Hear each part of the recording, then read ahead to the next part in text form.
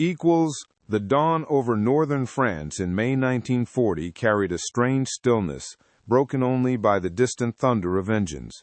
The sky was bruised with smoke, a prelude to chaos. Inside a cramped command truck near Lyon, Captain Charles de Gaulle spread a map across the hood, tracing thin blue lines of rivers and red enemy arrows slashing westward. "They will not stop until Paris burns," muttered Colonel Bruchet. De Gaulle's tall frame stiffened. His eyes burned with defiance. "Then we must make them pause."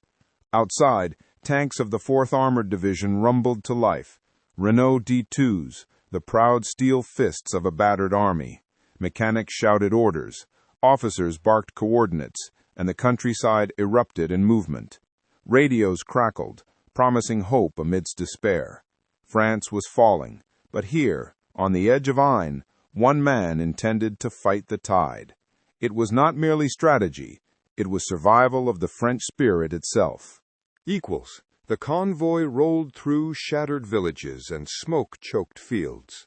Civilians watched silently, faces hollow with exhaustion, waving white cloths at the passing tanks. De Gaulle, standing in his half-track, felt the pulse of his men, young, weary, yet unbroken. The objective was audacious: strike the German spearhead near Montcornet and regain lost ground. "We attack at morning light," he radioed. As dusk settled, the whine of engines faded into the growing chorus of crickets and distant gunfire. The armored columns bivouacked near a stand of birches. Mechanics checked tracks slick with mud. Officers gathered around lamps, whispering plans. In the dark, de Gaulle wrote in his journal, "Even in ruin, France must rise."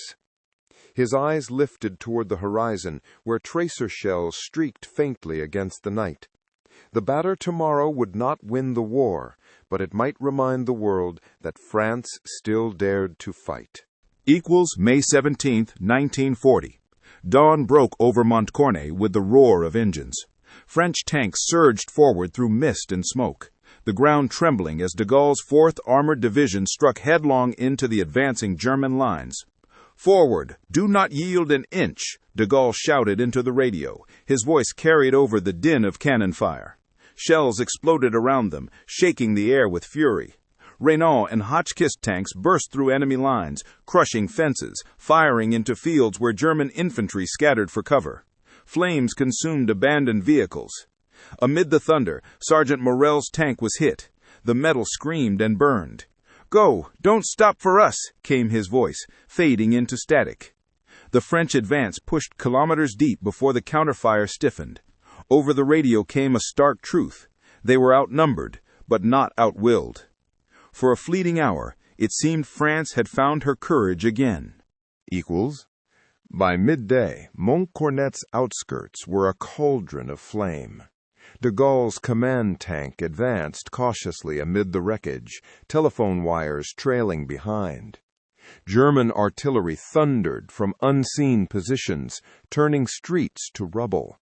Smoke boiled from shattered homes, mingling with cries and commands shouted in 3 languages: French, German, and the universal tongue of fear. A shell struck nearby, shaking the ground. "We cannot hold!" Lieutenant Sommet shouted across the radio.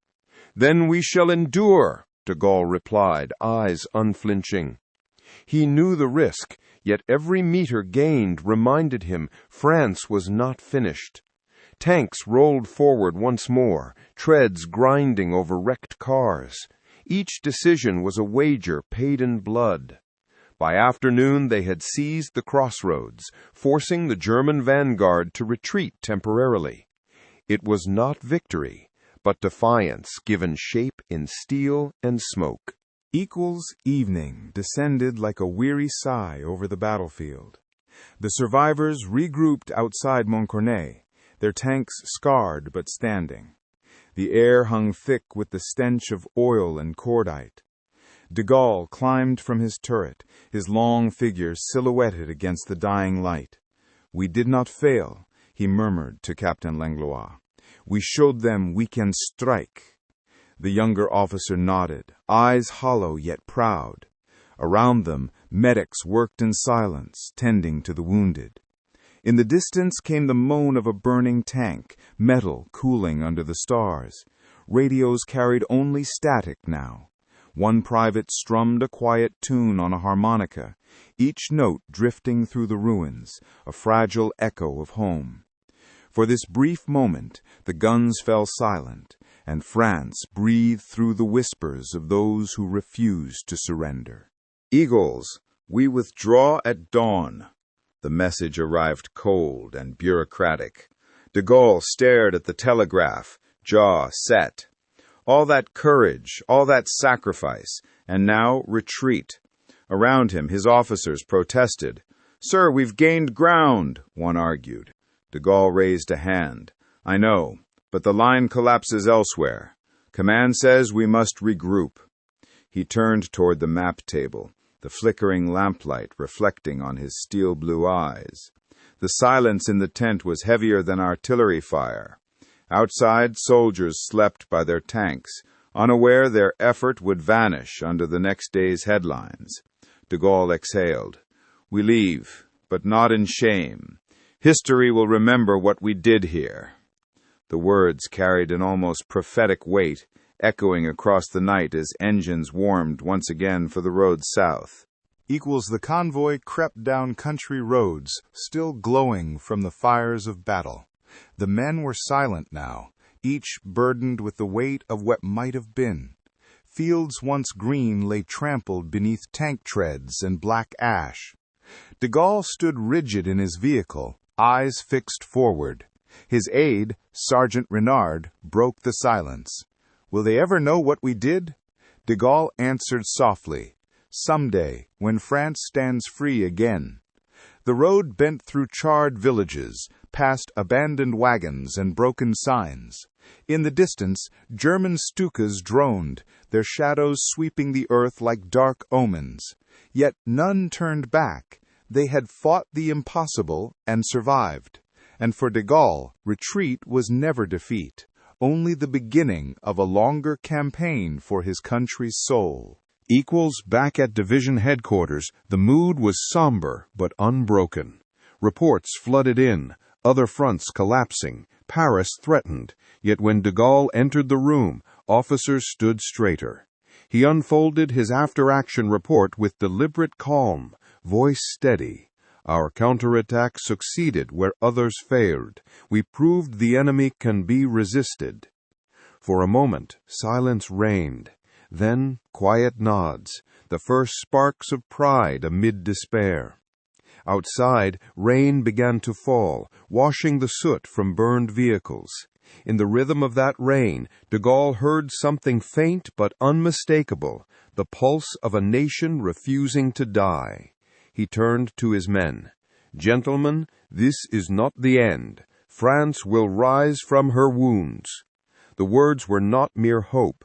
They were a promise cast into the storm. Weeks after Montcornet, France staggered beneath the German Blitzkrieg. Entire divisions dissolved. Paris faced occupation. Yet word of de Gaulle's stand spread in hushed admiration through barracks and cafes. To weary soldiers, his counterattack had become legend, proof that resistance was still possible. De Gaulle knew his future now lay elsewhere. Britain called, and duty would carry him across the Channel. On June 16th, as dawn broke over a defeated land, he looked once more upon the tricolor fluttering in the rain. "France is wounded," he whispered, "but she is eternal." Engines waited, exile awaited, but within him burned the same flame that had lit Montcornet's fields, fierce, proud, unyielding. Years later, long after victory, veterans would remember that grim morning at Montcornet, the smell of burning fields, the thunder of engines, and de Gaulle's voice on the radio, steady as iron. What they had done seemed small beside the wider war, yet it marked a turning point. From those ashes rose the idea of free France, unbroken and proud. In 1940, they fought with tanks. In exile, de Gaulle would fight with words that rallied a nation from across the sea. History would call Montcornet a brief success, but its true triumph lay deeper, in the courage to stand when all else was falling. And so, the French tankers passed into legend, their last stand immortal beneath the enduring light of liberty.